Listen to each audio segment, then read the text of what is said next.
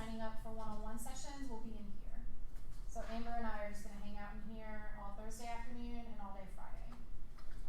And I'll send out the link to those sessions if you want to sign up for a more, like, to talk about your specific courses.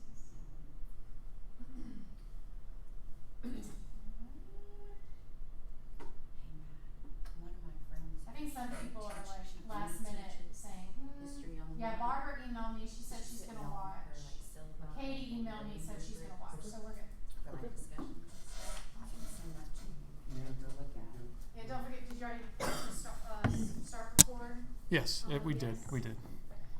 We'll go ahead and start. If I haven't met you before, I am Greg Colgrove with the IT department.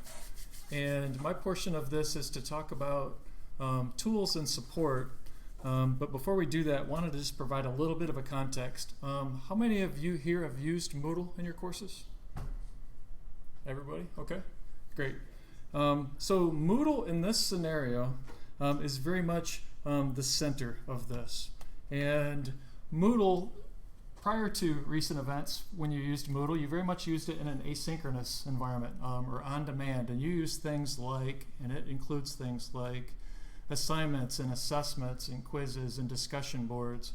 And Kate and Amber are going to highlight on additional things with that. In this setting, many of you still may use that same delivery vehicle where, asynchronously you have students doing their assignments or their work in the morning and somebody else in the evening or the afternoon. Those tools are still available, and they're still available to you the same way that you used them before. Additionally now, if you need it, there are some synchronous components or live components. And an example would be perhaps a video conference. If you wanted to, and again, what you determine best appropriate to your class may not be the same as what somebody else does, but if you wanted to have your entire class online, we'll show you how you could do that. Perhaps your needs are less than having everybody at once. Maybe you're having a one-on-one conversation with a student. You're taking place your virtual office hours remotely or online, what you would have done in a traditional face-to-face setting. And then when we say web conference or video conference, that can include things like screen sharing and real-time chat and some other tools. And one thing that your help sheet that you were provided in written form highlights is Microsoft Teams. Microsoft Teams is available to BSC. And there's other tools, there's Zoom and there's a lot of other tools that are talked about right now. If you have something that you're comfortable with and you're positioned to use that, and there's a lot of free tools available right now, we're not keeping you from doing that. By all means, if you're well suited to that, Kate just recently did a really great example of what can be done with Zoom. If that is you and you want to leverage that, that's fine. An advantage for those of you that don't have a tool is Microsoft Teams is enabled and ready to go. You will use your BSC email address and password to sign into it, and we'll walk through some of those things. So that's the one we're suggesting if you don't have something else. And then additionally, if you want to record, and this is a little bit of a mix, if you want to record video content, and this could be from recording yourself, in the example of a talking head, introducing a topic to your class or welcome your class back, or perhaps you want to record something that you're performing on the computer. You're going to a site or running an application or doing something, and then you're doing a voiceover narration at the same time. And then another example would be a PowerPoint presentation. Pull up your PowerPoint that you already have for your class that you were going to deliver in class. Turn on the Screencast-O-Matic is that tool that we're suggesting. And as you're going through your PowerPoints, explain them or offer points that you want to cover, and you're basically doing voiceovers. All three of those tools, the reason why we visually represented them this way, they all link to and are available through Moodle.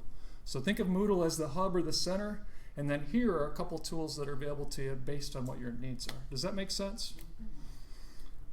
So with that said, then the question is, okay, what do I need? Well, everything in that last picture, every one of those things was browser-based. None of them had software. Well, I should say there are no software requirements other than Screencast-O-Matic has a small recorder, but when you log in the first time, if you don't have it, it will install it for you. It's very straightforward.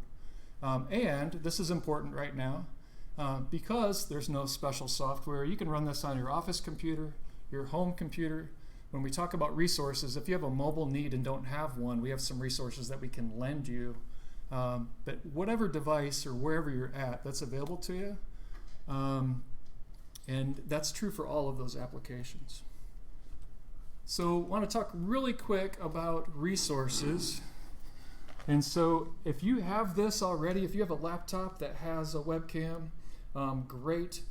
Use it. If you don't, what we're doing, because these things are happening really quick, if you feel in that earlier slide what your needs are, require something that you don't have, we have a sign-up sheet before you leave, and we'll have you sign up. And real quickly, if you haven't used one or if it's been a while since you used them, any webcam that you have or that we'd provide you has a microphone built into it. If you're in a private setting, such as your office, and the webcam is sitting on your computer, and you're in front of your computer, and you're a couple feet from it and explaining it, that camera is going to be really clear and sharp because it's going to focus on you, and the audio, the distance from you to that mic is very short, and that probably would work really well. Kate's recent example was done without a headset. She's using the microphone that's built into the webcam. Her door's closed, there isn't other interactions. If you're in an environment that you're at your home, and many others are at your home, and a lot of other things are taking place, that would be a great time to say, you know what, I am going to use a headset because I want to reduce that background noise and those other interactions. And if you have your own, use it, it'll work fine. What we have are USB headsets. You will plug it in, and it will install itself. There's nothing you need to go find drivers for or anything like that. And then the last item is, and again, if you have a laptop, desktop, whatever you have, Mac, Windows, that will work with all of those things we described. If you don't have a device and you need one, the library has a loaner pool of Chromebooks, and you could see them. We actually, again, we'll have you sign up for one to make sure that we reserve one for you. The way a Chromebook works, it is solid state. There's no hard drive in this. As soon as I lifted that cover up, I've turned it on. And anything that's internet enabled is automatically built in. And so it has a webcam, it has speakers. It would do all of these things natively if you needed a device. And so, and again, just wanted to make that available if you don't already have something. And then the last thing we want to hit on is support. If you would, if there's one thing on my portion that you write down, please write down the phone number. You may have called, and he was here earlier this morning, Matt Cook that runs our help desk. You may have called Matt in the past, and maybe you dialed his number. Or maybe you called me or Anthony or other places. The 4849 is the central help desk number, and that's important because at some point, if somebody isn't here, whoever is here will be covering the help desk. We're having conversations with how we extend. Right now, this is during business hours all day long. We're having conversations how we extend that, and we're still working some of that through. But the important part is if you need to call a number, please call that one. And then if it's easier for you, email is fine as well. We would suggest to you that if you don't know who else to ask and you have a question, please start with the help desk. And if we can't answer it, we'll direct you and we'll chase that answer down for you. We as a group, Amber, Kate, and the IT department also are looking at how we do things like frequently asked questions and video resources. So we'll have a lot more things that we'll be communicating with you too. And so you might be asking for something that somebody's working on right now or that somebody else has asked for, and we'll make sure that we get that available to you. And then the last item I had is the same for you, for your students. Please do not feel the burden or the pressure. If any of your students in this setting have technical issues, please direct them to the help desk. They can call us, they can email us. And those of you that have taught online before our summer program, this is the same model that we followed with that, is whatever your student needs are. If it's a technical item, hey, you know what, that's a technical item. If they can continue in the class, great. But however they need to, please direct them to us and we'll help them out. Any questions on any of that? And that is my portion. So thank you. Alright guys, so get ready. We're going to do Moodle Crash Course next. I'm not going to show everything that we can potentially do in Moodle. I'm going to walk us through a few different things. If you want to follow along with me, you can go ahead and log in to your own Moodle page. And as you're doing that, I'm going to direct you to some resources that we do have available. Everybody should be enrolled in this Preparing to Teach online class. You may not be able to see it. It's probably low priority on your courses. So if you go to your course landing page, you may have to scroll down a little while to see it. If you want to prioritize it, at the top right-hand corner of your course, there's a little star. if you click the star, it will make it priority. And it will pull it up higher on your list of courses. So this Preparing to Teach Online course. This is a course that Alexandria had already started for us for faculty who are learning how to design an online course. Obviously, we're not designing online courses. We're transitioning an existing course to online. So we're not going to follow everything that she has outlined in here. We're in survival mode, right? But at the bottom, we have some various resources. We have discipline-specific resources and general resources. The one thing I want to remind you guys of is our goal is not to learn every possible app that's out there. As we're transitioning online, we are going to be focusing on three major tools. That's Moodle, Screencast-O-Matic, and Microsoft Teams. Amber's going to talk about Microsoft Teams in a little bit, and then I'll talk about Screencast-O-Matic after Amber. And right now we're going to focus on Moodle. And Moodle is sort of our warehouse. This is where everything's going to come together. What's wrong? I'm not seeing the same thing you're seeing. So did you click on online teaching? Yeah, discipline-specific resources. Yeah. Yeah. But some of you may have specific aspects of your course that you think is important. As we transition online, obviously we're going to have to drop some things in our course, right? So you may want to look at what are your most important learning outcomes, and then what are the best tools to help you deliver those learning outcomes. And so this resource here can help you and your colleagues share ideas as we move forward remotely. Amber and I have been working really hard, and Greg as well, finding videos or creating videos that are BSC specific to these tools.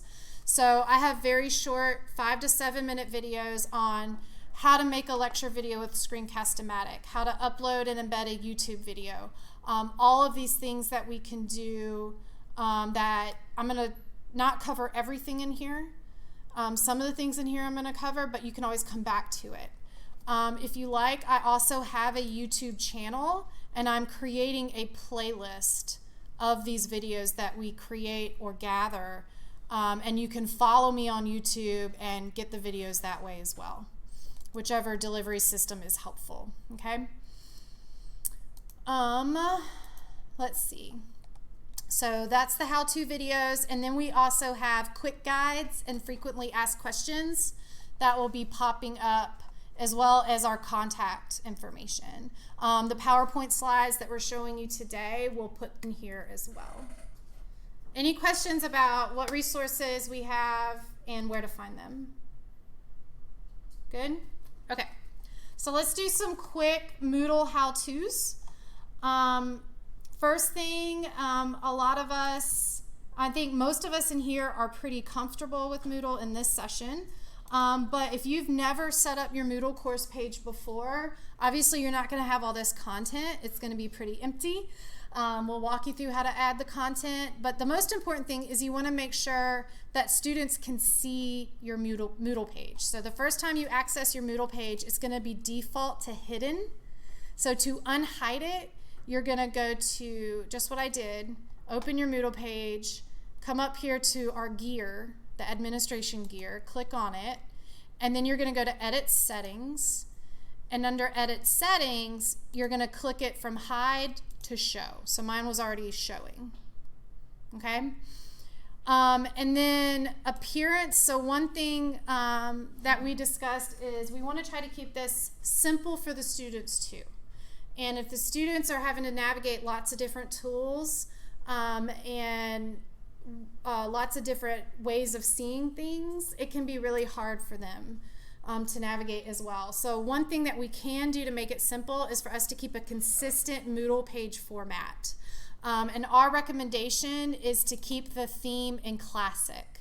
So if your Moodle page already kind of looks like mine, then you're already in the Classic mode. But if you've changed your theme, you may want to consider going back and going to Classic. Does that make sense? Changing theme, like going to weeks instead of? No. Like the view, how Moodle looks. So see how this looks, where everything's sort of right under each other, and you have this navigation pane here. That's the classic theme. There are other themes you can do that are very more graphically driven or kind of gamified. I think if we just keep it simple, classic, that's the way to go. Is that what you get when you do not force? Yes, yeah. When you do not force, that's our default. Most of us are there. Another important thing, you can hide certain activities or files within your Moodle page. So if you want to do that, say you have an answer key that you want to upload, but you don't want to show it yet, you can upload it and then click on the 3 dots and click hide. And now that's hidden from the students, right? If you want to unhide something, you can click show. You can also hide your entire topic by clicking the eye. And this will hide everything in that topic automatically. The students on their navigation bar, sort of their table of contents bar, will see the topic exists, but they won't be able to access anything inside the topic. Okay? All right. So those are sort of your basic Moodle controls, right? And then see how I unhid it? Well, everything else is still hidden that was already unhid. So these are all I just keep all my exams here on this, right? So you may not want them to see previous exams, so make sure that you hide those and you only show what you want to show, okay? All right, so let's talk about creating certain activities. So what I'm going to go over is discussion boards, how to embed videos, assignments, Turnitin, and assessment. Very quickly. I have videos on all of these, okay? So don't feel too overwhelmed if you didn't get anything explicitly figured out. All right, so when you're going to add a discussion board, that's the first thing we'll do. Discussion boards are really helpful. Every student can see other students' responses. They can respond to each other. And there's 2 types of discussion boards. And of course, they're not called discussion board in Moodle. They're called forums. But you have this forum and open forum. If you want the discussion to be graded, meaning you want to require students to post and then them posting automatically puts their grade in the gradebook for you, or you can assess their discussion, you want to use the open forum. If this is just a general discussion forum that's not going to be graded, you can use simply forum. The way you put it is very much the same. Open forum just has the grading options. Forum does not. Okay, so I'm going to do open forum just so I can show you the more complicated version with the grading. So you're going to click add open forum. You can, put in some information. You can have pictures here. Maybe you want them to discuss a piece of artwork. You can attach links. Maybe you want them to read a news article. You can have whatever description of your discussion prompt here. And here in forum type, if you want to track who has posted or not, so say your rule is every student must post, you can do each person posts 1 discussion. That way at the end, after the discussion's over, you have a quick way of seeing who did not post to the discussion so that they get a 0 out of 5 on interactivity, right? However way you want to do that. Post options, one thing that can be helpful is displaying a word count. So if you want students, you want to push students to do 500 words, they can see that word count as they're writing. Attachments, so one way faculty are helping students maintain working on non-graded assignments or completing assignments such as worksheets or practice problem sets. They can take a picture of the worksheet or the assignment that they completed, and then they can add it to their discussion as an attachment, and then it will show up, right? So that's sort of a nice way to kind of keep students accountable. So private replies If you want to do, yeah, you can allow private replies that would be like from you, that other students wouldn't see. So that'd be a private response from the instructor to Yes. students, not from the student. Not from students to students, or you can just uncheck it. Now, if you want students to submit assignments without other students seeing it, I'll show you how to do that, right? Or, if the discussion is, find a piece of artwork and attach a picture of that artwork and discuss it, this is a way they can do that.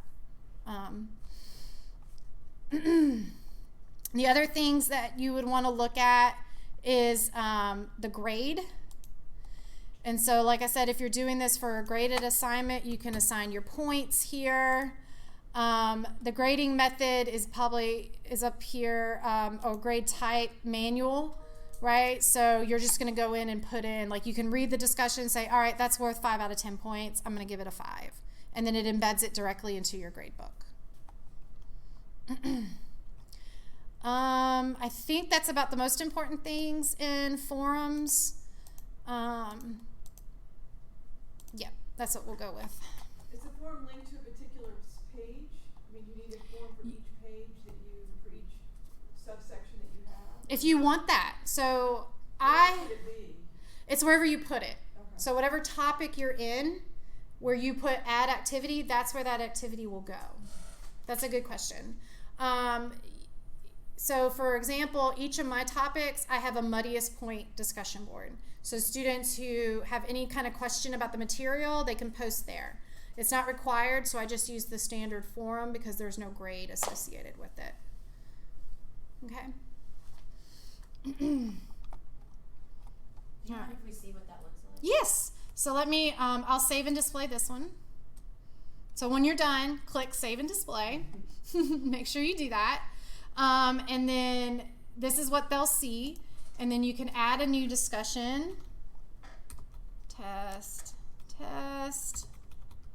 I can choose files to upload. There's some advanced editor if they need to. I'm not going to leave that. I'm going to leave that there. But those are most things they shouldn't need to use advanced editor. And then submit. And then now it's there, right? You can subscribe. So anytime anybody replies to this comment thread, you'll get an email, or the student will get an email if they subscribe. And then they can click on it. And then students can reply, right? So you can also require all students must post one discussion and reply to another student's discussion, right? That's a common thing people do. So that test is like what you would, like Yeah, prompt? Yeah, this right here, this is the title of my discussion thread within the board. And then they reply to that. This is the body of my discussion, and then, yeah, this is their reply. And then their replies Their replies can also be seen. But they can attach files. They can attach files to it as well. Mm-hmm. All right. You can also set a due date to this. I didn't show that. So let me go back to edit this discussion. So when you go all the way back, hold on, here we go, glycolysis and regulation. Sorry. So here's an example of my forum, what it looks like. This isn't the open forum, this is just my general like question answer forum for students. Now anything you add as an activity will be at the bottom. So this is the open forum, right? This has the grading capability in it. I'm going to edit it because maybe I want them to know that they have a due date to complete the discussion or their post. So to do that, I'm going to go to restrict access. I'm going to add restriction, and I'm going to select date. Once I have that up, instead of students must match the following. They have until March 20th at a certain time to post.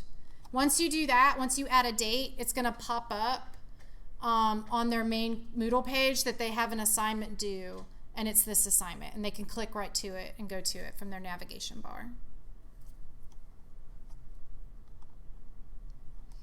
Anything you edit and change, make sure you click Save and Return to Course or Save and Display. right? So now, like I said, if they go back to their main page, My Courses, all their due dates for things that are coming up due are right here. So they can click on it and get to that activity from here as well. Okay. The next thing I want to show you real quickly is how to embed videos from YouTube. So you may create your own lecture videos, but something you may want to also look at is what videos already exist for your discipline that are freely accessible on YouTube. It may not match 100% your teaching style, but again, we're just trying to keep it simple. You can spend 10 to 20 hours making one lecture video, trying to strive for perfection. Don't do that, okay? Keep it simple. And just give them what's important for their learning. So to do that, again, you're going to go to Create Activity. And instead of Activities, you're going to click Resources. And I have a video on this if you need to watch this again.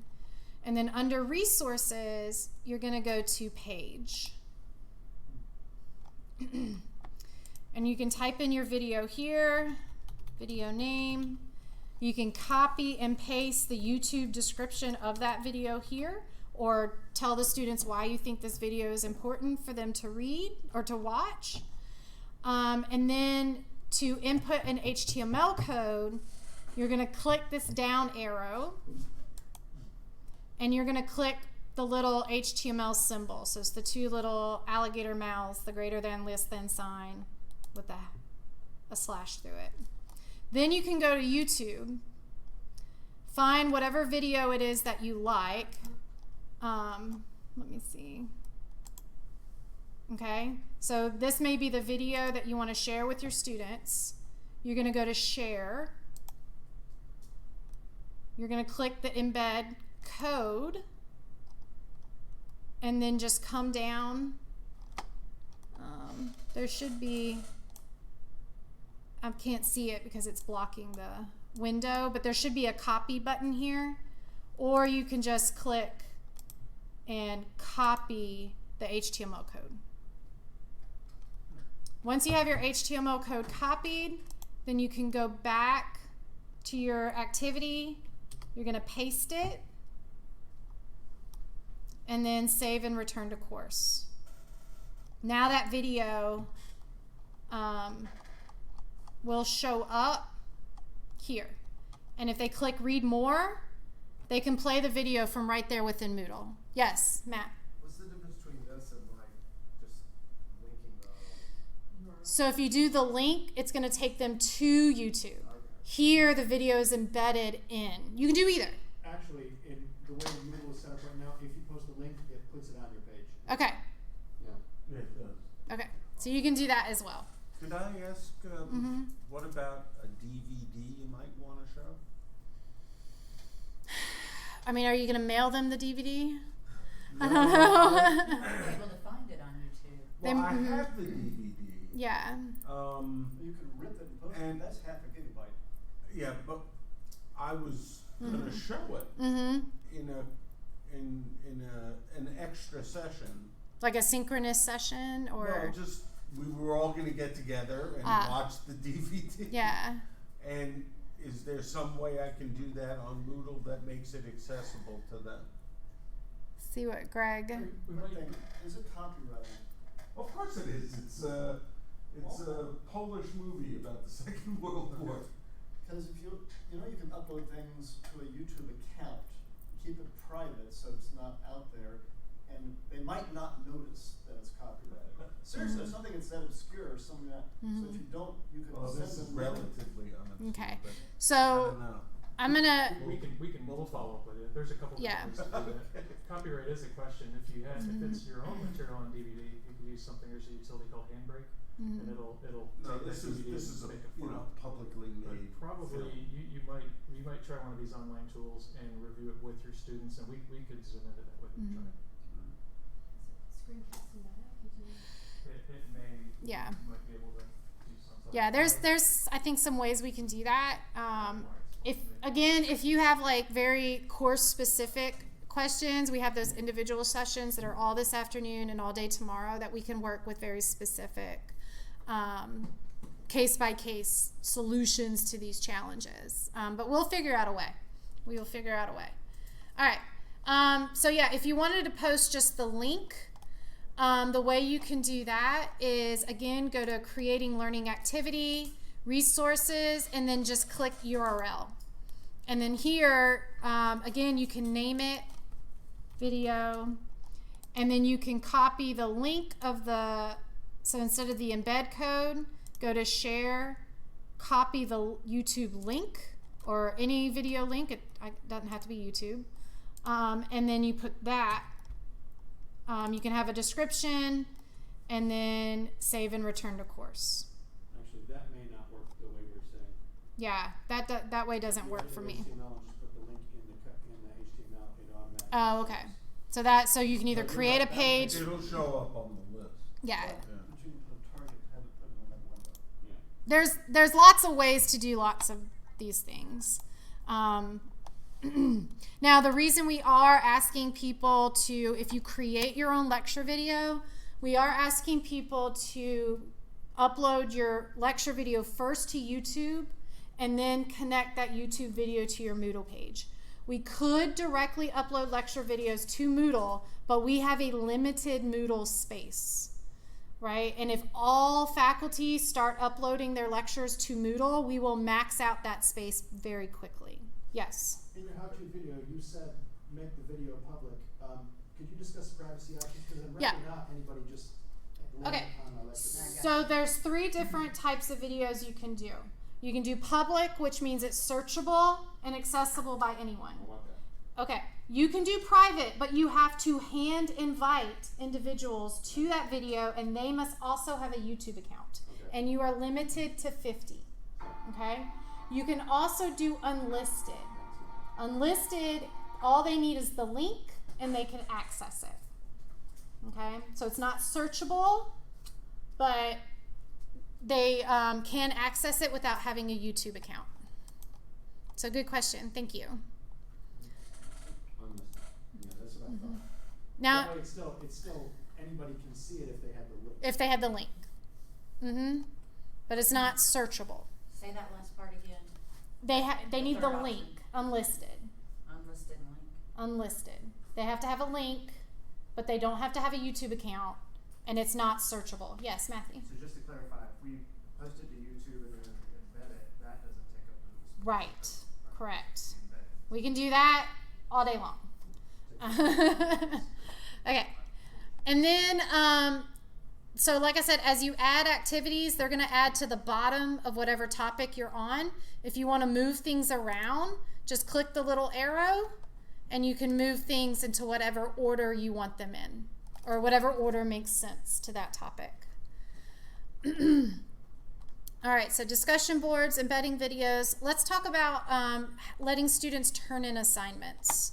So there's a couple ways we can do this. We can just use the assignments tool, which is right here. If you want to use our plagiarism check, you can also use Turnitin 2. They both work very similarly, except one has the plagiarism check, one doesn't. In the emphasis of time, I'm just going to go straight to Turnitin. You can do most of the same options in assignment. Turnitin 2 just has more options, okay?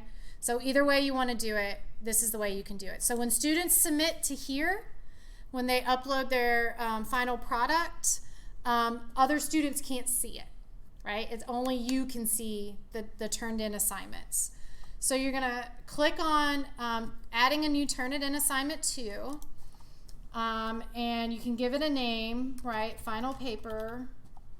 You can give some instructions, or your assignment prompt might go here.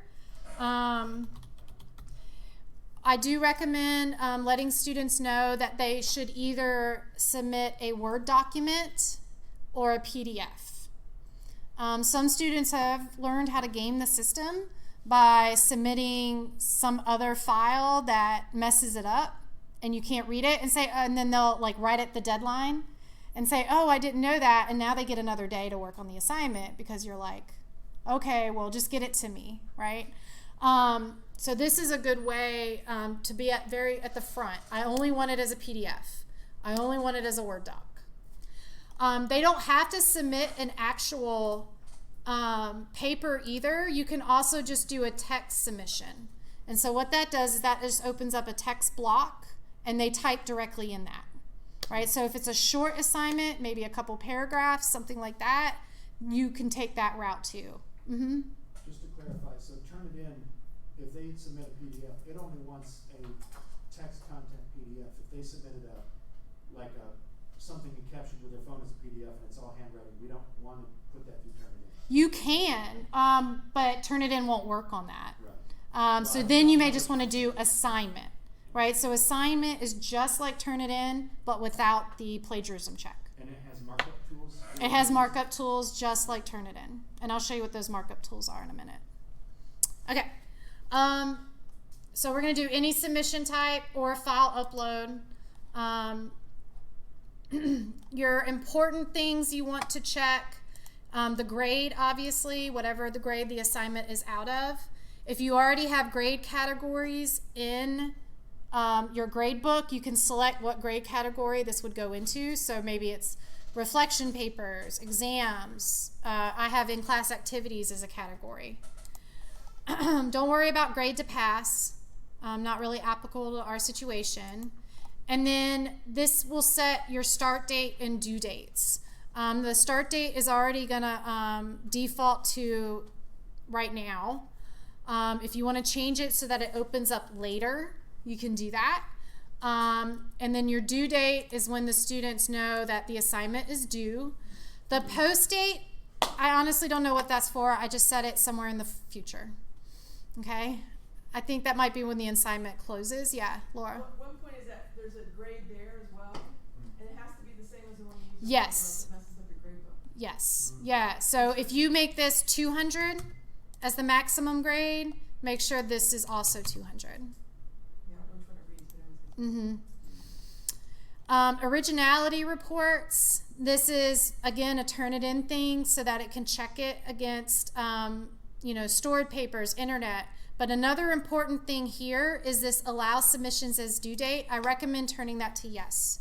Turnitin will still let you know whether a student submitted it late, right? So you can still see if you have a late policy, which students fall into that. But then you don't get panicky emails at 12:05, midnight, 5 minutes after midnight saying they couldn't get it in. And you have to go back and reopen it or submit it on the student's behalf. And there is a way that you can submit papers yourself to go through the Turnitin check as well. And I'll make a video on how to do that.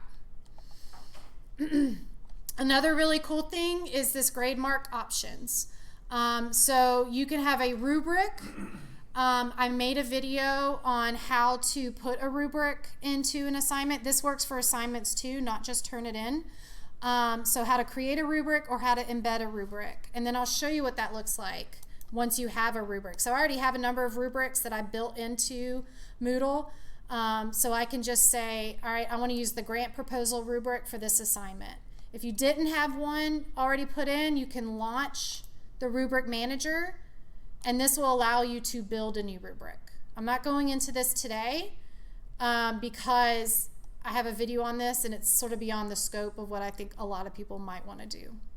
Okay, so I'm going to close that. And then once you're done with all those things, then you're going to click Save and Return to Course or Save and Display. So let me show you what it looks like on the back end. So after students have submitted their papers and you go back to that Turnitin, so I'll show you. Let me back out one step. So you as the instructor, when you click on the Turnitin assignment link, it's going to bring up sort of your workspace, okay? And so you can see what is your similarity, so that's your plagiarism check, and you can grade directly from here. So I'm going to click on my little pencil. Now it's going to tell me, oh, this has already been graded and submitted, so it's read-only. It won't save it, which is fine. When you first do it, you won't get this read-only error. Okay, And then what I'm going to do, if I want to use my rubric, I'm going to open this up, and here's my grading scale for each section of the paper. I can put comments in. It's not going to let it do now because, again, this paper's already been submitted and graded. But normally you could click anywhere on the paper and a little chat window will come up and you can write your comments. And then it sticks it right there on the paper. And the students can see that. And the students can see that. The students can also see what they scored on your rubric scale. What if you've already created a Turnitin link for an assignment? You can still go back and edit. Can I? Okay, so I might just get you to show me how. 'Cause Yeah. I'd like to make it so they don't get cut off at the due date. Yeah. Oh, yeah. We can edit. We can always go back and edit. And then you can also leave voice comments. And then you can have general feedback here as well that students will be able to see. As you're scoring on the rubric, right, on your slide scale, and if you want to remember what you said meets standards or doesn't meet standards, it's all down here. So you can read, all right, exceed standards, okay, I think that matches, and you can select that. Once you have it all graded, then you can select apply to grade, and then that puts it into the Moodle gradebook. Does that make sense? Okay. All right, so the next thing I want to show you guys is assessment. So we've had a lot of questions about how are we going to handle exams and quizzes. For the most part, I think a lot of folks are going to be doing take-home style tests where you'll post a Word document that's editable. Students can download the Word document, and then students can submit the finished document through the either the assignments tool or the Turnitin tool, right? So if you want to check to make sure they're not plagiarizing each other, you can do it through a Turnitin. Obviously, your questions will flag, right? Because your question's the same on all the documents, but their answers shouldn't flag. But if you want to have a more controlled, timed test, we can build that out in Moodle as well. We also have a free Respondus account. Respondus is a web browser blocking tool that you can require students to use while they take their tests. Basically says they can't navigate away from the web page that they're taking their test in. So if they're taking their test in Moodle, it locks out. They can't move from Moodle. I will tell you, they can still figure out a way. They can have their cell phones, they can have another computer. Some of the Respondus does allow a webcam, but we're not allowed to proctor tests, right? And I don't know if that falls under our proctoring rules. If we use a webcam to monitor them taking the test. It is what it is. One thing that you can do to help minimize the temptation of cheating for students is time, right? So if you create a time test, they may not have the time to look up the correct answers. Okay, so let's create a quiz or an exam. So you're going to go to quiz. Now, again, the system's very similar for a survey. Maybe you want to survey your students. The quiz functionality is very similar to that.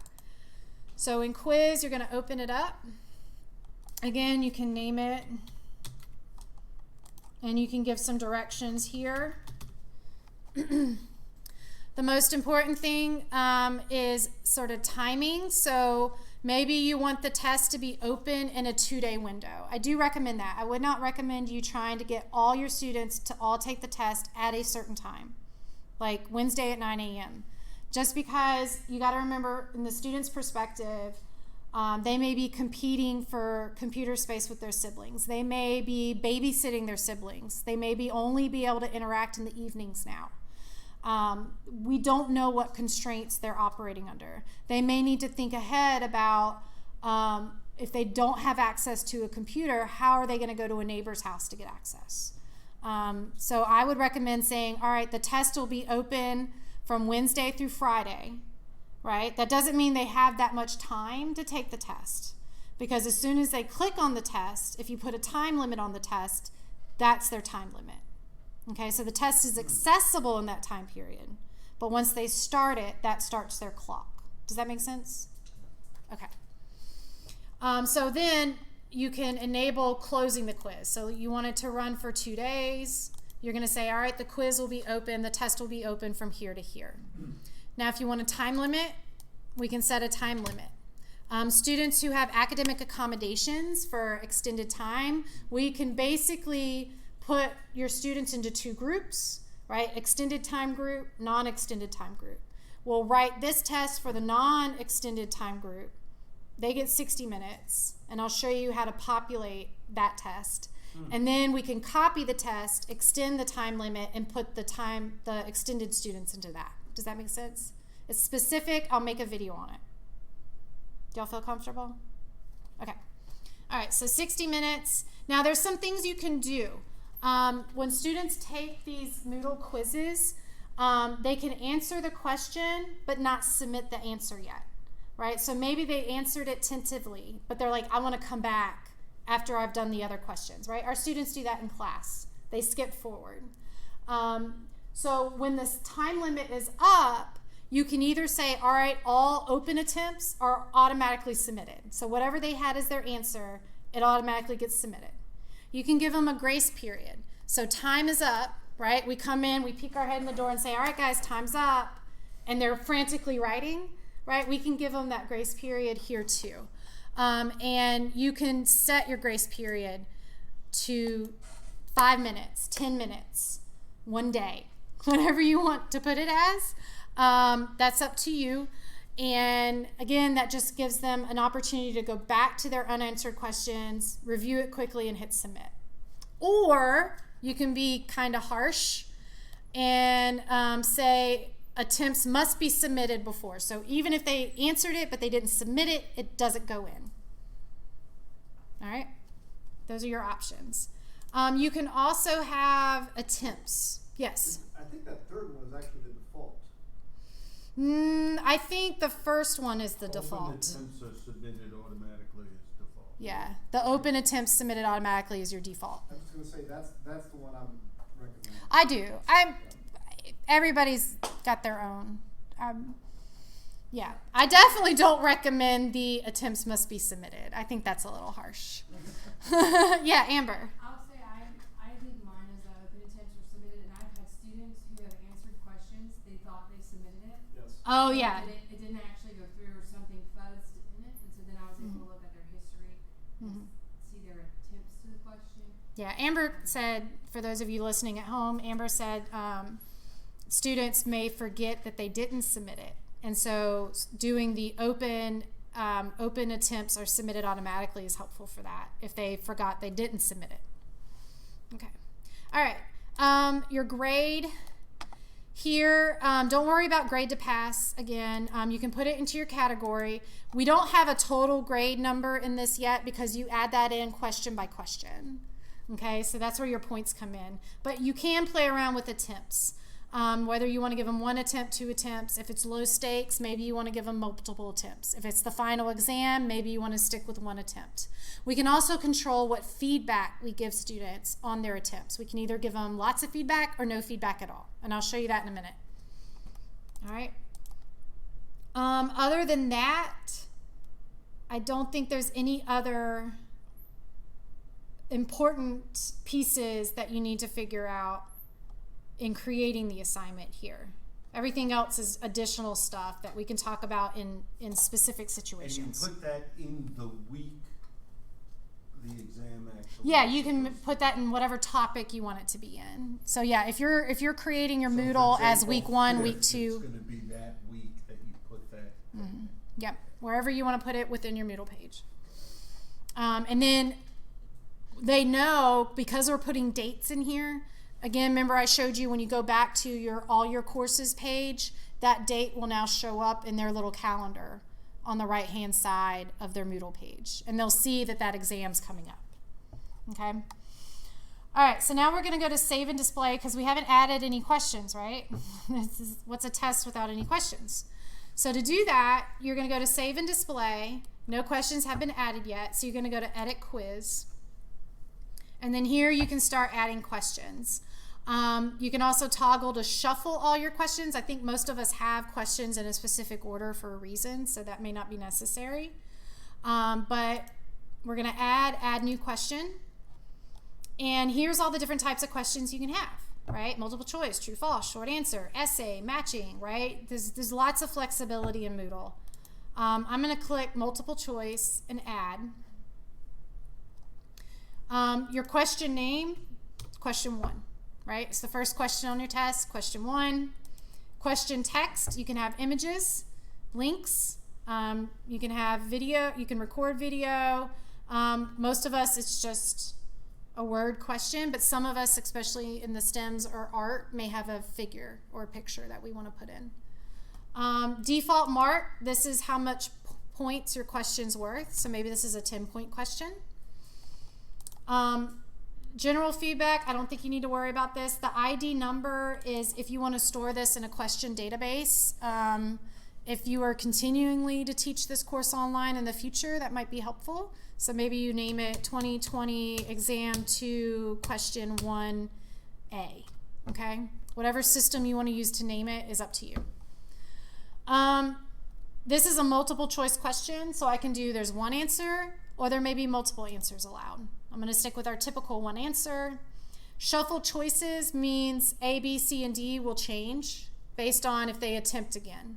Or if they're sitting next to another student, their ABC will be different than their ABC. Does that make sense? The options are the same, but their order is different.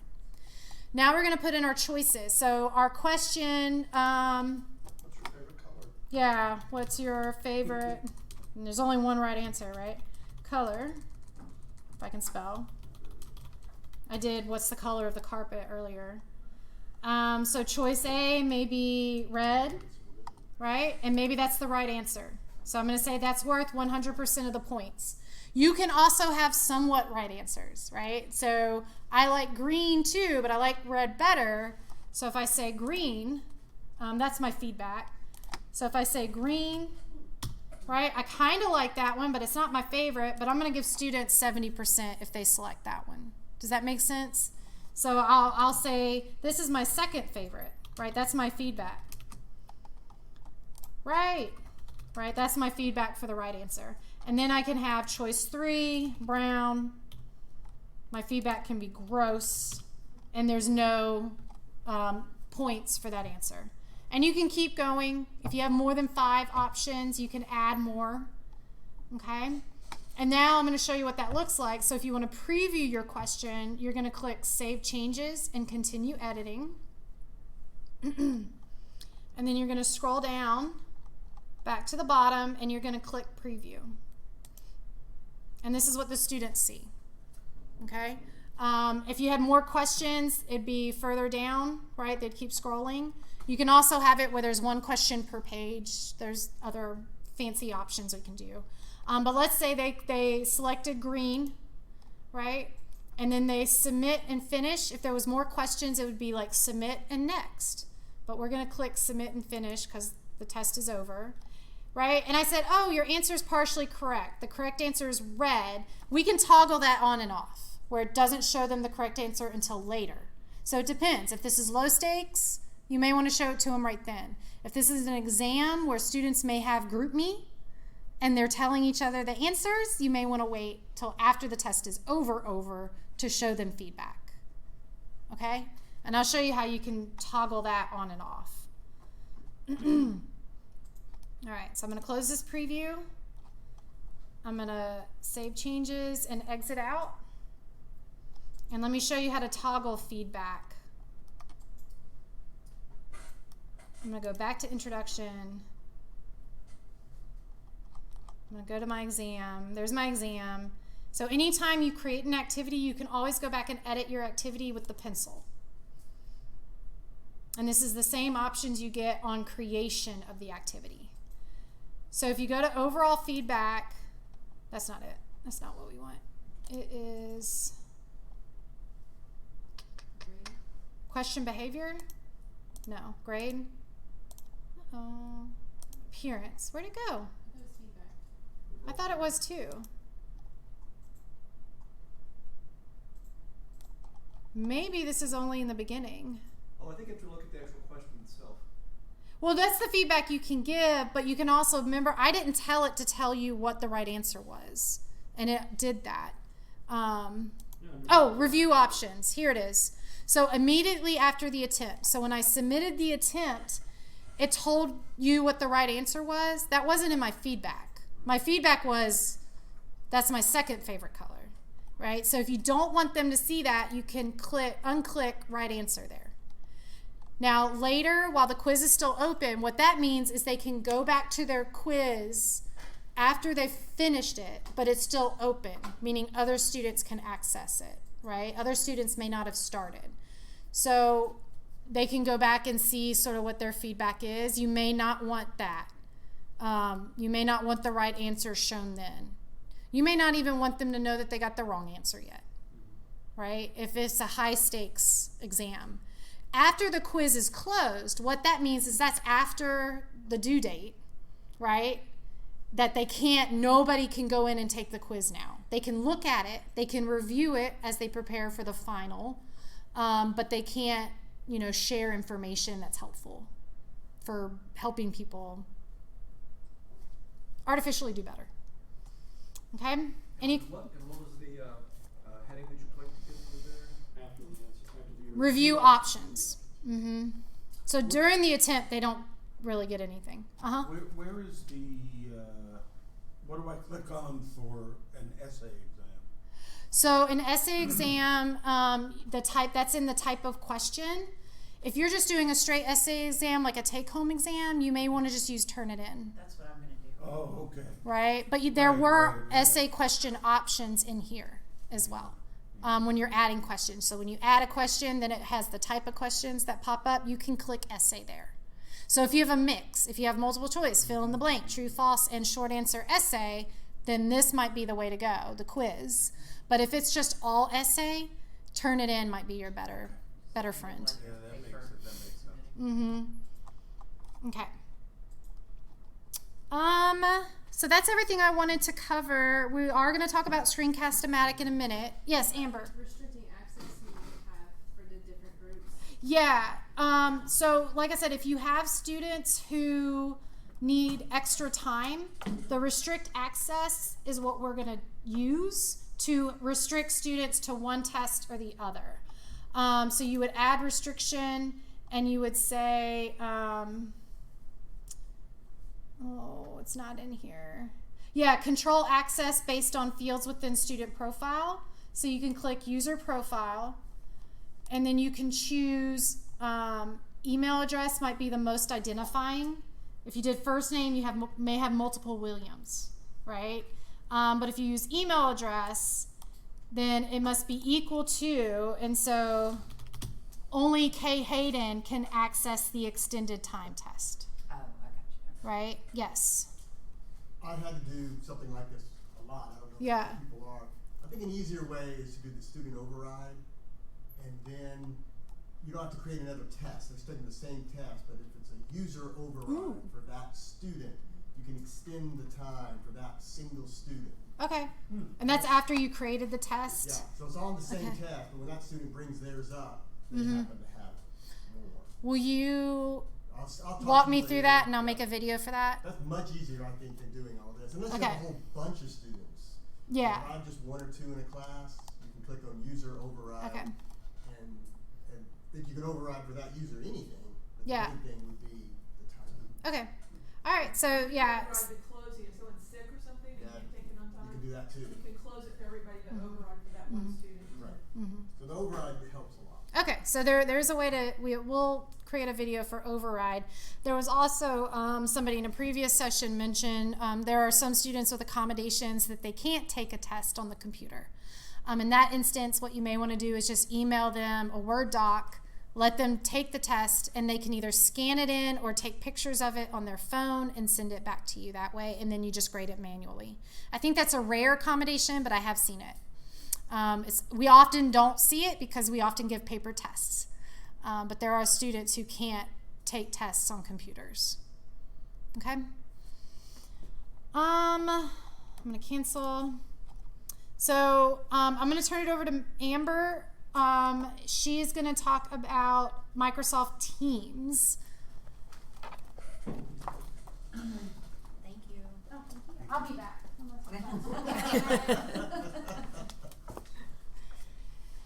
Have you ever heard of Microsoft Teams before? Just recently. All right. Step in the right direction. So if you've logged in, if you're in your email account, I think mine went away, right? In the upper left-hand corner, there are 9 dots, or what I call a waffle.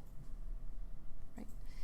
If you click on that, you'll see all of the other apps that you have access to through Outlook, which is OneDrive. So if you want to upload all your documents up to OneDrive, it's a great way to back up your stuff if you're working from home, just to throw everything up on OneDrive. Just like Google has Google Docs and Google Sheets, you have all of that here in Outlook as well. But Teams is what we're going to talk about. And I missed, how did you pull that all up? It's this I 9. got you. Yeah, it's called the waffle. So this right here just is the hamburger. There's the bread, the meat, and the other piece of bread. That's a hamburger. That's a waffle. So we want the waffle. Love it. So your Teams is going to look different because I already have Teams set up. But I really like Teams, and the more I use it, the more I really like it. I've used it for a contracted class in the fall where we could kind of communicate with one another a little bit easier. Where is that? I don't. I'm not seeing either a hamburger or a waffle. Open browser. It's you do it on the browser. Is that the Outlook client? This is the Outlook. Yeah, you won't see it unless you go to the web page. So just Oh, okay. Yeah, you gotta access it through your web browser. So for those of you at home, what we just clarified is you have to be in the web browser to access this. But you can download it if you get, You can to download become a desktop Yeah. team. Yeah, like the other, like Microsoft Word, Microsoft Excel, they have downloadable applications. You can download it if you'd like to. Then it wouldn't be. I don't know if you can do it on the Mac. If you can do it on the Mac. Yeah, I don't know if it's Mac. Now it's going slowly. So my first step would be that you would create a team, and you don't have to. So if you just want to use this as a synchronous video tool, you do not have to go through making a team. I will tell you the minimum that you have to do when we get to that, but I'm going to show you some of the other steps is what I would recommend what you do. So if I create a team, I click create team, and I'm going to choose class that makes the most sense since we're teaching classes, right? Let me call this something else. And then I need to invite students.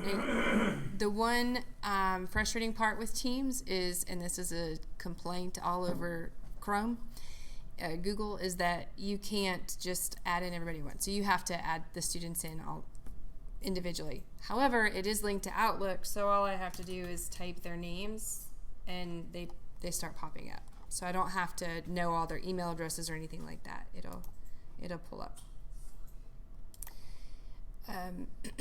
Once I have all of those in, now I have this really nice general discussion area. So if I just want to share information with the students about what's going on this week or something, I don't want to do a whole forum in Moodle, I can just keep an active conversation. This is a tool that's used a lot in software engineering.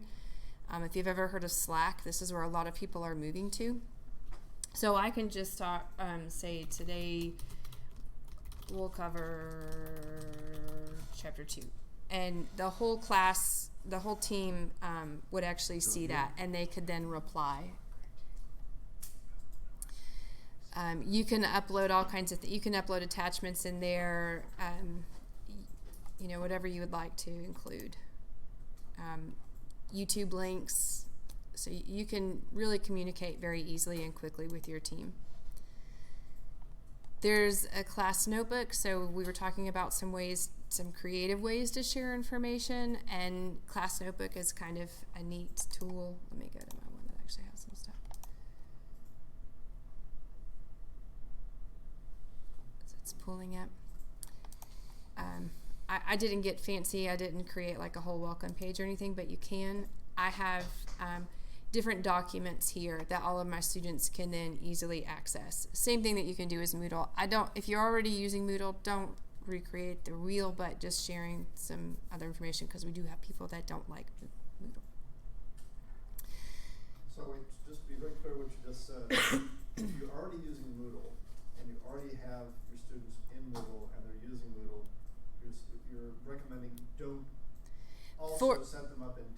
if you're going to share information and everything, you already have Moodle set up. Don't post it twice, right? Post wherever it's easiest for you and makes the most sense, but don't post it twice. So are you heading toward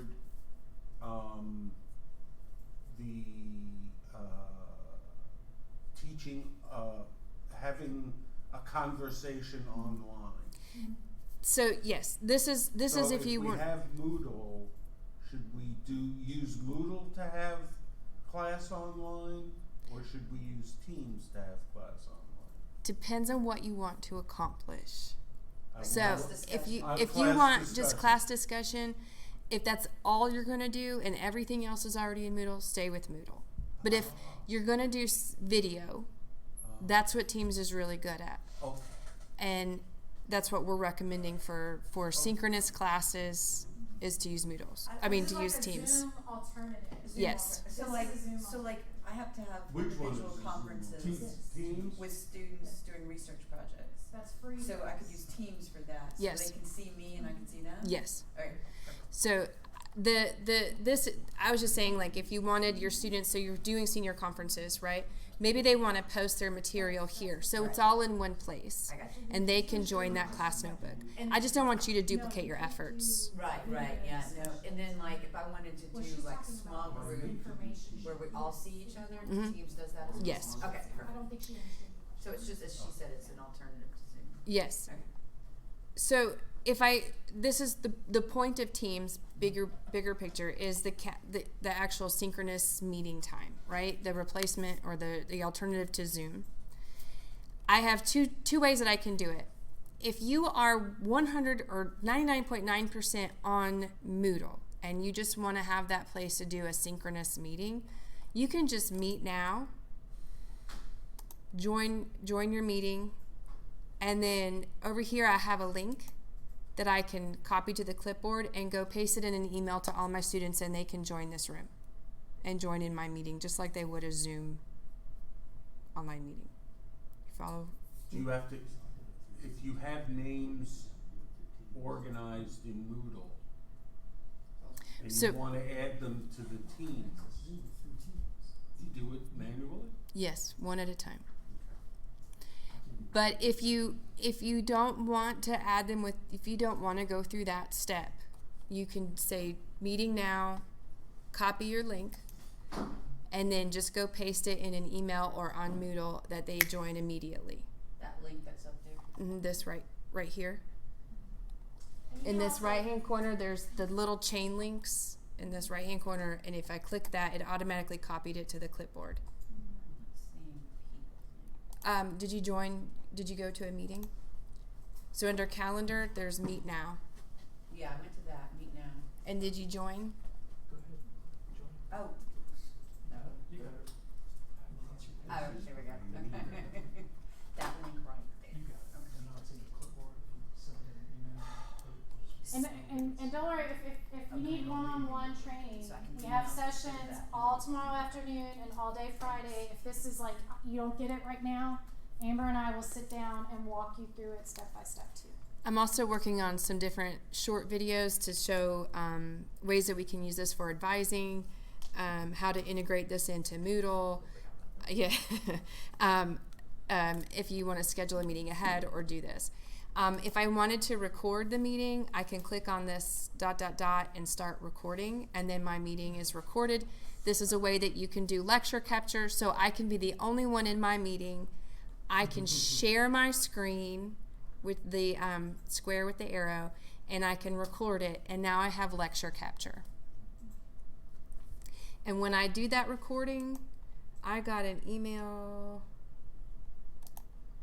that said, okay, you just created this new meeting to publish, view, edit, or share, and I can just share that out to people if I wanted to.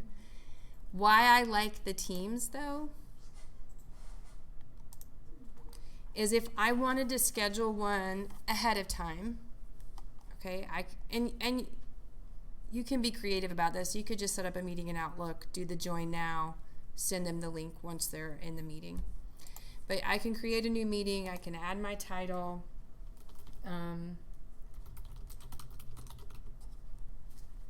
I go to the channel, so the class in which I want to do this in is going to be senior project. I want to see how they're doing on their projects. I'm not going to add any attendees. I would have to individually add each attendee. I don't want to do that for every time I schedule a meeting. I would send that, and then if I go look at my teams to see how my team would view it, or my class, right there in the general discussion is the link to the meeting that they only have to click on. They can join it. I can, again, record just so that it's there for their benefit. And when I'm done,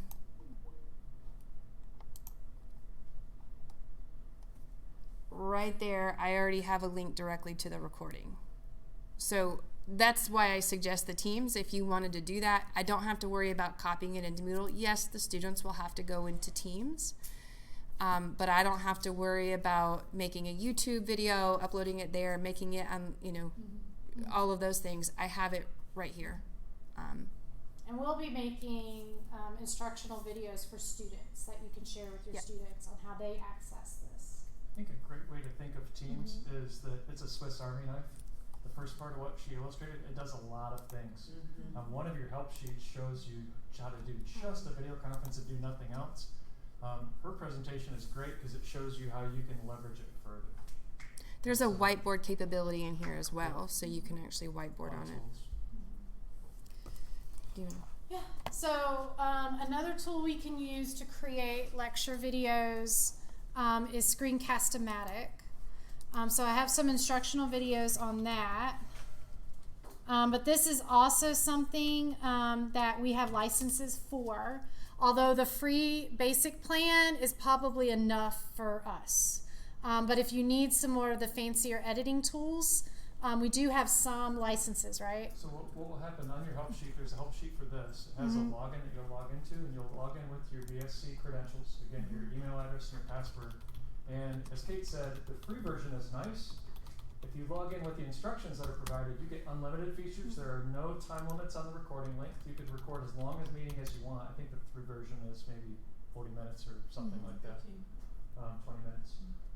You also have unlimited, views, and you have online storage. We would encourage you to, and this is great, you can do it free. As a faculty and staff member, you have access to what we already have a license for if you sign in with that instruction. Okay, so Screencast-O-Matic is really simple. When you create your account or log in, you're going to select Start Recorder. And that's going to pull up, there is a launcher. It should automatically start the first time you do this. The second time you do this, you're not going to have to go through this. It's already downloaded the executable file. So I'm going to click the executable file.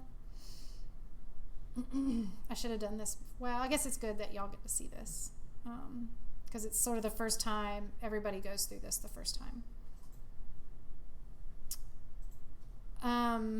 So some of my philosophy, we haven't talked much about strategy. We've talked a lot about tools. My ultimate strategy is anything that is important in terms of content and learning, I'm trying to go as asynchronous as possible.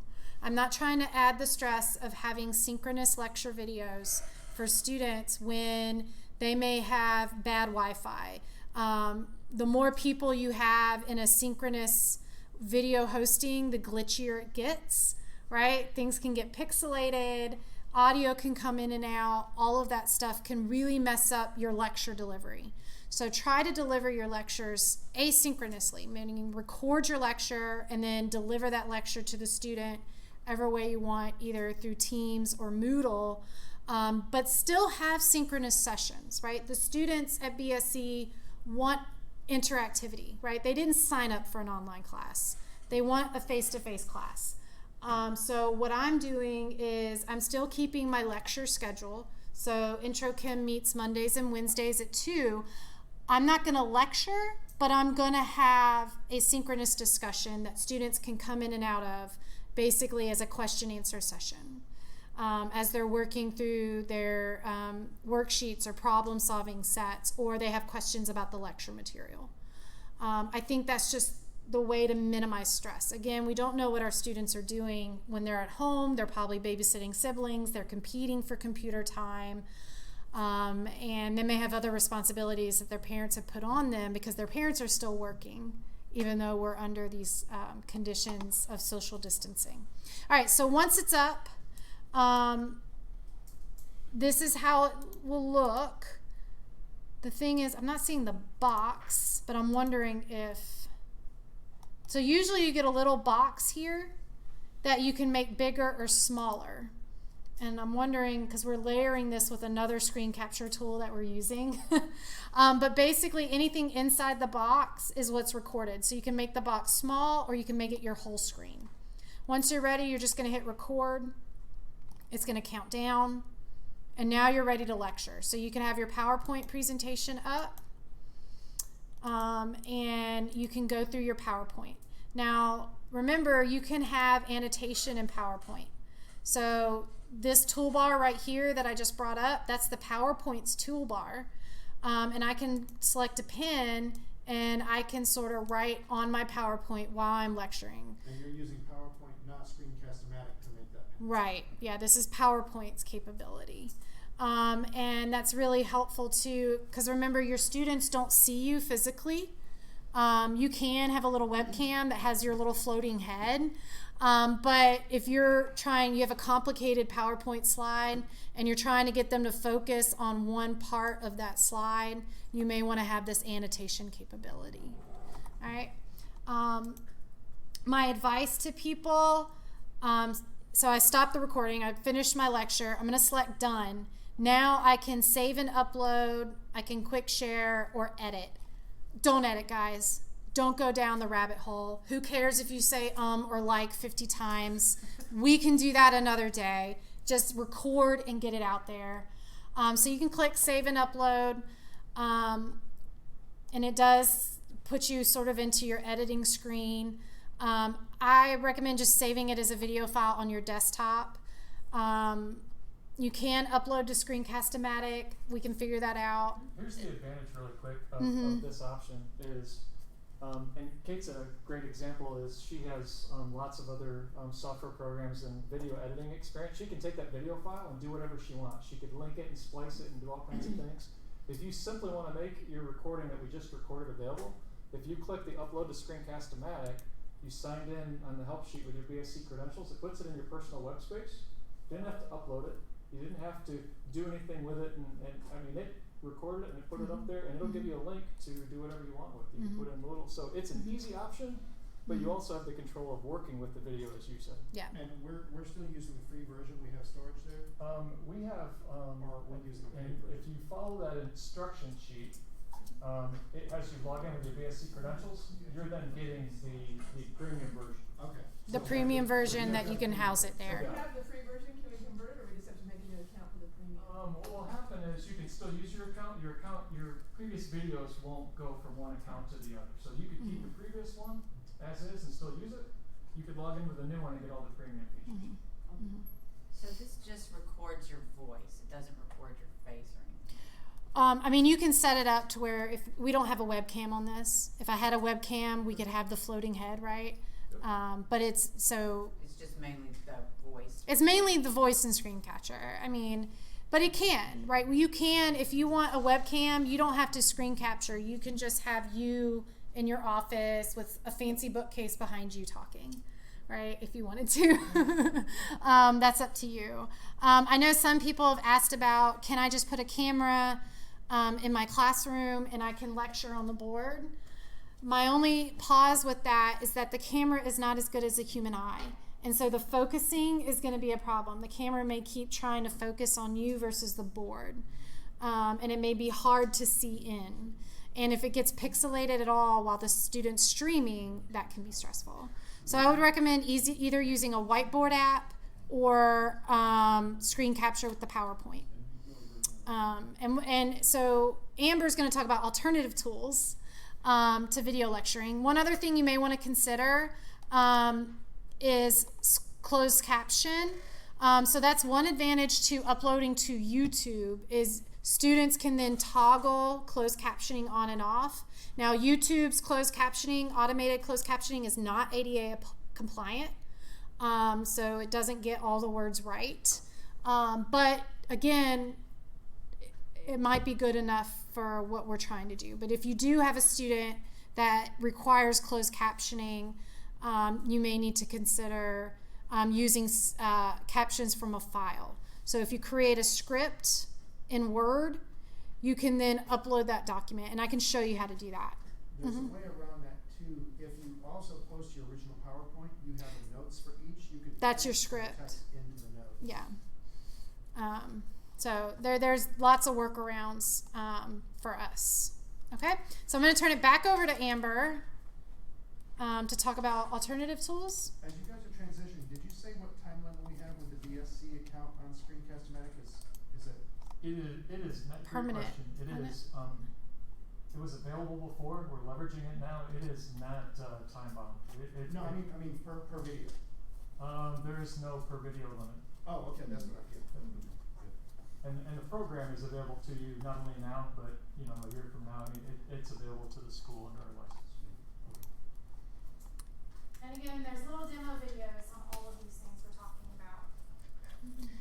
Just so, I'm sorry, Emma. You're fine. If we've made this video, I wasn't sure where it's saved and hosted. It's at Screen-O-Matic, or is it hosted, or is it saved on our desktop? Yeah. So if you remember the steps where we hit record and it said 3, 2, 1, record everything we did. We're talking while it's recording. When she hit stop, it brought us up to a screen, and when right before she clicked publish, it said things like name the presentation.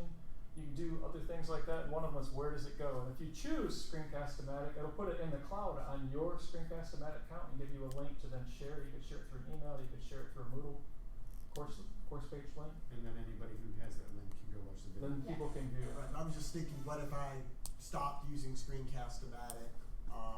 I'm lost on my video? Yeah. Here's the nice thing You is, can save it as a file. you always have a Okay, video that's it. library. So 3 weeks from now, you'll have a whole library of all the content you did. You can go back later and grab one as a video and do something else. You can go back later and access any of those. Anything that you do with your account is available to you only in your library. Once you have more, you'll see them listed. But But you can also save it locally. that's what I want. You Yeah. could. So Absolutely. that would be save video as file. Can you click on that, Amber? And then you Save to can your hard name drive. it, and then where it says folder, browse, you can tell it where to save it. And then you can upload that to YouTube. YouTube, embed it into Moodle that way. But the screencast, uploading it to screencast saves you that YouTube step. There's lots of ways to skin a cat, basically. Don't skin a cat. The internet doesn't like that. No, they don't. Or it doesn't. I don't know how alternative these are. I tried to be a little bit creative and think outside the box, but really the things I was trying to focus on are communication, content delivery, and assessment. And I know we don't have a lot of time, so I'm going to talk super fast and just kind of go. Really, I think the number one thing for everybody to focus on is how you're going to relay information to your students. How are you going to interact with them? As Kate said, they didn't sign up for an online class, so really determining how you're going to communicate with them is the most important thing. If you prefer to write out solutions on paper or a board, and I'm just kind of thinking creatively, why not just have someone in your family or your household record you writing it on a piece of paper with a cell phone and then upload the video? Like, no need to mess with the... if you have a tablet that you can annotate on with a stylus, I mean, that's awesome. I can't do that PowerPoint annotation with any kind of accuracy. So if I wanted to break down equations, I would probably do it on a piece of paper and just record that, or even just snap a picture of it when I'm done. If you already have handwritten notes on the subject, why not just go ahead and upload those unless they're just completely unreadable to students? Trying to save us time and burden. If you like to write on a chalkboard, I was just thinking, like, why not just type in Microsoft Word as you're talking and do Screencast-O-Matic out of Word, and then you can just post the document as well as the video when you're done. Annotating in PowerPoint or Google Slides, there's online collaborative whiteboards. So Ziteboard.com, I don't want to like inundate you with tools, but Ziteboard.com looked really cool as an online collaborative whiteboard where your whole class could be in on the same whiteboard breaking things down. Teams also has a whiteboard, so if you're meeting synchronously and you shared your screen with the whiteboard and the students were interacting with the whiteboard as well, that would be a really nice way to do it. If you need an online graphing calculator or an online scientific calculator as you're doing these things, because while you can share your screen, you might not have a place to share it, and you guys probably already know about this, but Desmos has a really nice free graphing calculator and scientific calculator. Students can use it as well if they're maybe short equipment at home or for some reason. I suggest putting some of the burden on students right now. I don't want to overwhelm them. I know they're stressed as well, but it's not up to us we wouldn't hand feed them in our normal classes, right? So I don't think we should do that now. Give them, if you want to have them do a study on something, why not have them create a website? Why not have them create some digital artifact out of it? You can create a really cool comic strip on Pixton.com to convey information, which I just thought that's a fun activity to do, and it's a creative way for them to do something. Video essay, Robert Corna is doing a really neat final project where the students are using their cell phones to document how the coronavirus has impacted their local communities. So he's taking advantage. Was it you that mentioned your class? Yeah, so we can take advantage of this situation as a learning experience, right? So like I said, Robert Corna is having the students document and make a documentary about how this is affecting them. For MedChem, the CDC has been putting out some really cool informational videos about how does the virus infect us and how does high blood pressure medicine potentially interfere with that infection. So people on certain high blood pressure medications may actually be protected or more protected from the virus, which is really cool. And then it talks about the drug discovery and drug development that's ongoing right now. So for MedChem, that's a super cool case study for us to investigate and may become our final unit in the class. And then there's some Facebook groups. Again, I can't overstate how helpful the Facebook community has been. Find a group that's physics, find a group that's chemistry, find a group that's history.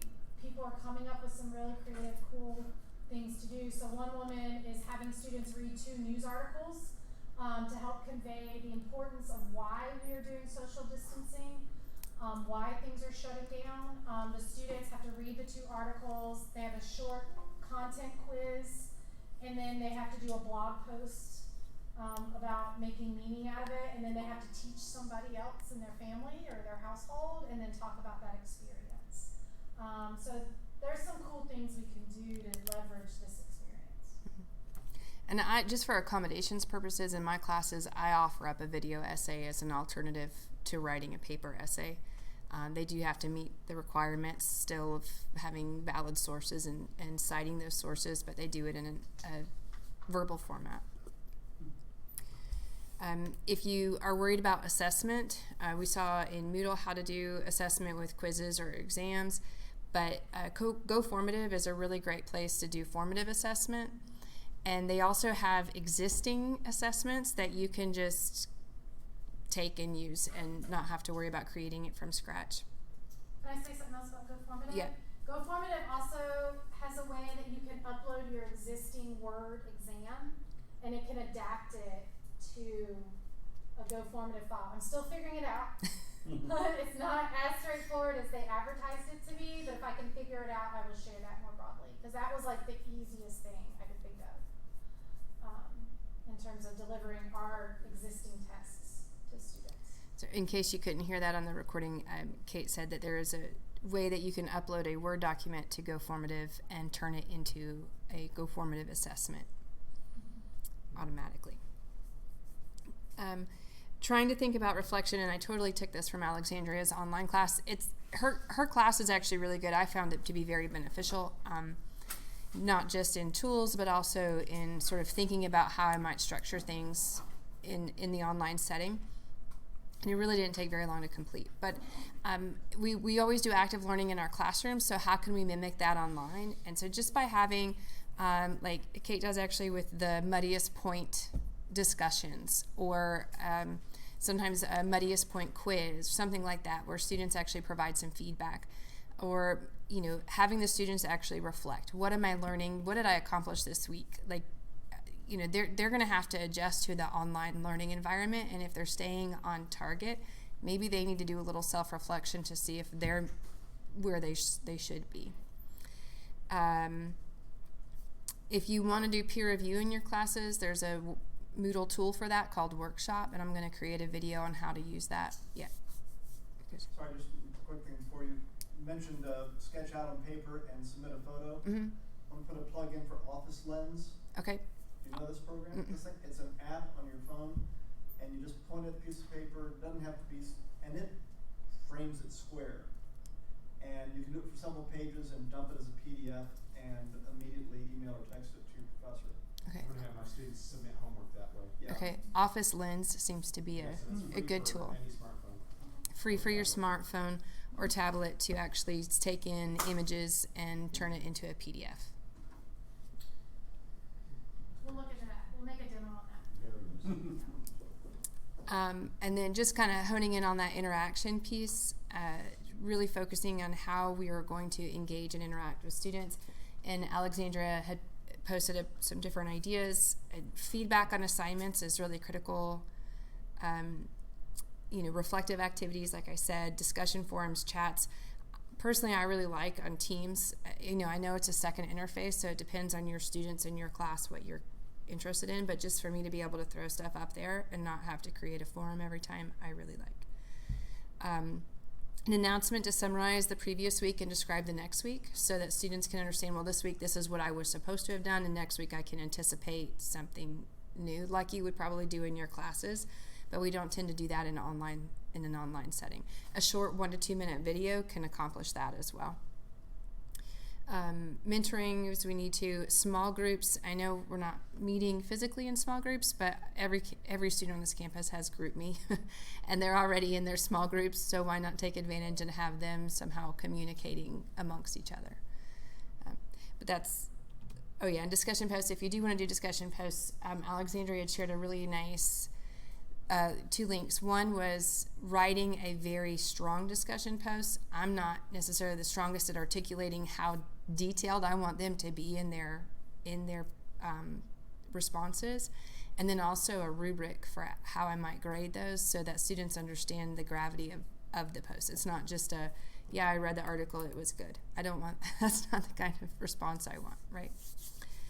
So I don't know if any of those are helpful to you, but I just wanted to share some different ideas. Amber, I have 2 questions about Teams while you're still up there. Mm-hmm. One, can you have the Teams video conversation just show your screen just like you would in the Zoom? Yes. And the other one is, if you have a video meeting or maybe a whiteboard, you said there was a collaborative whiteboard on there, is that content left for students who come in later to look for it? If you recorded it, yes. Okay. That's and why. It stays on the Teams server, or? Yes, it would be on. Does it go to the? It's in the cloud, linked to your team. So do we have a lot of space there? Or is that There is not a length or storage limit. Okay, great. Not like Moodle. And Zoom shuts you off after, or they expanded it? Zoom gives you 40 minutes. They have started waiving that restriction, especially K through 12 schools. I heard people say the other day that they Zoomed and their 40-minute limit came up, but then a window said you can keep going. Yeah. So they may just be waiving it across the board now. I haven't heard that officially, but 40 minutes may or may not be enough, right? If you're worried 40 minutes isn't enough, stick with Teams, right? And Teams is more integrated into the existing interface that we had. But you do you, right? You do what works best for your course. We do want to be mindful that we don't overload the students with too many different apps, just like we don't want to overload y'all with too many different apps. And